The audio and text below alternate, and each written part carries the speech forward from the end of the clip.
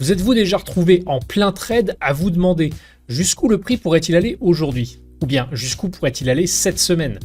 Peut-être que vous vous êtes déjà aussi demandé, mon stop loss sur ce trade est-il trop serré ou trop large? Salut les traders, aujourd'hui on plonge dans l'Average True Range, aussi connu sous le nom d'ATR, l'un des indicateurs les plus puissants mais aussi les plus sous-estimés dans le trading. À la fin de cette vidéo, vous saurez exactement comment utiliser l'ATR pour gérer votre risque, placer des stop-loss intelligents et même repérer comme un pro les changements de volatilité. Allez, c'est parti. Bon alors, concrètement, l'ATR c'est quoi? L'Average True Range mesure la volatilité du marché.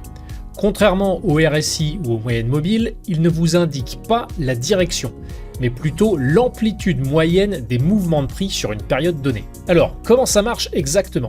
Eh bien, cet indicateur calcule le True Range, ou l'écart réel, qui correspond au plus grand des trois écarts suivants. Premièrement, soit l'écart entre le plus haut et le plus bas d'aujourd'hui.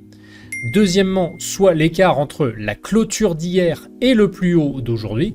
Ou troisièmement, l'écart entre la clôture d'hier et le plus bas d'aujourd'hui. Puis, l'indicateur fait une moyenne de ces écarts sur un nombre précis de périodes, généralement 14 bougies, pour lisser les fluctuations et afficher un mouvement moyen du prix. Voilà donc votre ATR sur un graphique sur une plateforme de trading. Vous avez donc cette courbe qui en fait vous donne l'amplitude moyenne des mouvements de prix sur les 14 dernières bougies. Regardons donc cet exemple ensemble. On peut voir que lorsque le prix du Bitcoin, ici en graphique 5 minutes, devient tout à coup volatile, en l'occurrence à la baisse, eh bien c'est à ce moment-là que l'ATR, lui, augmente nettement. Alors qu'auparavant, lorsque le marché était plutôt calme et plat, eh bien l'ATR, lui, était faible et même chose, était plat aussi. En gros, quand le marché est calme, eh bien l'ATR baisse. Mais au contraire, quand le marché s'emballe, eh bien c'est là que l'ATR augmente. C'est un indicateur clair qui vous dit si le marché est chaud ou au contraire s'il est en train de ralentir. Mais alors, concrètement, comment tirer profit de cette information? On va donc voir comment on peut utiliser l'ATR de façon efficace dans notre trading. Une première possibilité, c'est d'utiliser l'ATR pour identifier la volatilité du marché. Comme on l'a vu, un ATR en hausse signifie que la volatilité augmente elle aussi. Peut-être à cause d'une actualité importante ou d'une forte tendance ou d'une cassure technique. Et à l'inverse, un ATR qui descend, c'est un signe que le marché ralentit. Généralement, c'est ce qu'on observe durant les phases de consolidation. Là, sur le Dow Jones, en graphique 5 minutes, si l'ATR est à 15, ça signifie que vous devez vous attendre à ce que, en moyenne, une bougie 5 minutes bouge d'environ 15 points. Si tout à coup l'ATR augmente et passe à près de 60, comme c'est le cas ici, ça signifie que la volatilité vient de quadrupler et que désormais vous devez vous attendre à ce qu'en moyenne une bougie 5 minutes bouge d'environ 60 points. Donc plus l'ATR est haut, plus vous devez actuellement vous attendre à des mouvements de prix importants. Avant de passer à la deuxième utilisation concrète de l'ATR, je souhaiterais avoir votre avis. Utilisez-vous déjà l'ATR dans votre stratégie de trading? Et si oui, comment? Vous pouvez partager vos réponses en commentaire juste en dessous. Et au passage, si vous trouvez cette vidéo utile, n'hésitez pas à nous mettre un like ou à vous abonner. Vous pouvez aussi rejoindre notre communauté de traders sur Telegram, là aussi le lien est dans la description. Allez, on continue. Seconde utilisation possible de l'ATR, c'est pour placer des stop-loss intelligents. Une des erreurs assez courantes chez certains traders, c'est de placer des stop-loss bien trop serrés. Par exemple, si vous tradez une action en euros comme LVMH, en graphique journalier, où l'ATR est à 21, mais que vous placez votre stop-loss à 5 euros de distance, vous risquez très fortement de vous faire stopper par les simples fluctuations normales du marché.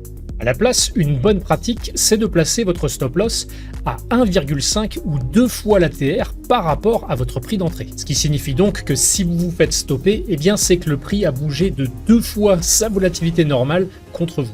Et enfin, troisième cas d'utilisation possible de l'ATR, c'est pour ajuster vos take profit. En effet, si vous pouvez intelligemment placer vos stop-loss grâce à l'ATR, naturellement, vous devez aussi pouvoir placer intelligemment vos take profit grâce à cet indicateur. Votre objectif de gain doit correspondre à la volatilité probable du marché. Donc, quand l'ATR est élevé, visez des gains plus importants car le marché bouge davantage. Au contraire, quand l'ATR est faible, privilégiez des objectifs plus réduits car les mouvements de prix ne seront pas aussi prononcés. Ainsi, vous devez adapter votre trading et votre stratégie aux conditions réelles et actuelles du marché plutôt que d'utiliser des niveaux fixes pour vos stop loss ou vos objectifs de gain. Maintenant, on va aller backtester une stratégie qui utilise l'ATR. Et on va d'ailleurs le faire sur une stratégie d'investissement pour voir comment l'ATR peut aussi être utile pour des investisseurs long terme. Donc sur la plateforme Opsid, je choisis stratégie d'investissement et on va tester la stratégie sur l'ETF World d'iShares. Et la logique va être la suivante. Et je vais l'écrire en français tel elle me vient à l'esprit. On va tester d'investir 50 $ à chaque fois que le prix est au moins 2 ATR en dessous de la moyenne mobile exponentielle 50 en graphique journalier.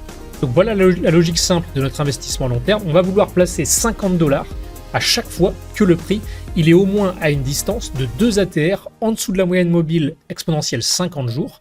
Je vais vous montrer ce que ça donne visuellement.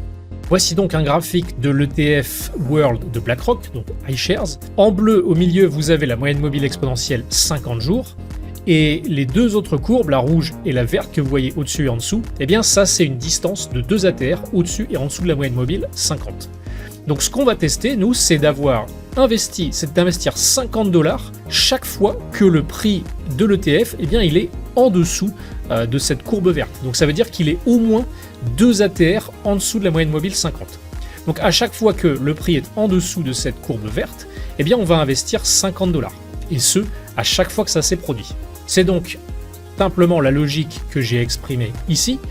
On clique sur suivant, les règles sont assez claires et on va pouvoir procéder au backtest. Donc là j'en ai à peu près comme d'habitude pour entre 30 et 60 secondes avant d'avoir les résultats. Ok, c'est déjà terminé, voyons voir. Donc ici j'ai un récapitulatif de ce que l'intelligence artificielle d'Opsid a compris de mes règles. Ça me permet de contrôler, donc là on ouvre un achat au marché si le prix est en dessous la moyenne mobile exponentielle 50 d'au moins 2 fois l'ATR. Donc ça, c'est correct. Et là, on a donc les résultats de cette stratégie jusqu'à aujourd'hui. Donc on peut voir qu'au total, on aurait investi 7 350 $, que la valeur aujourd'hui de ce capital, eh bien, elle serait de 12 681 pour un rendement total de 62% avec un drawdown max de seulement 14%. Sachant que si on avait juste hold de l'ETF World sur la même période, donc sur les 7 dernières années, on aurait eu une performance totale de 87% pour 62% pour cette stratégie. Et le drawdown max du hold, ça aurait été de moins 37%, alors que là on a moins 14 de drawdown max. Donc c'est vraiment pas mal puisqu'on a quasiment les 3/4 de la performance pour même pas la moitié du drawdown max. Et très bientôt, justement, si cette stratégie me plaît, eh bien je pourrais l'exécuter sur mon portefeuille de façon entièrement automatisée. En tout cas, vous voyez un exemple de comment l'ATR peut aussi être utilisé pour timer des points d'entrée sur des investissements long terme. Et je vous invite d'ailleurs à aller vous-même tester vos idées de stratégie qui utilisent l'ATR directement sur la plateforme Opsid. Quant à moi, je vous retrouve très bientôt pour une nouvelle vidéo.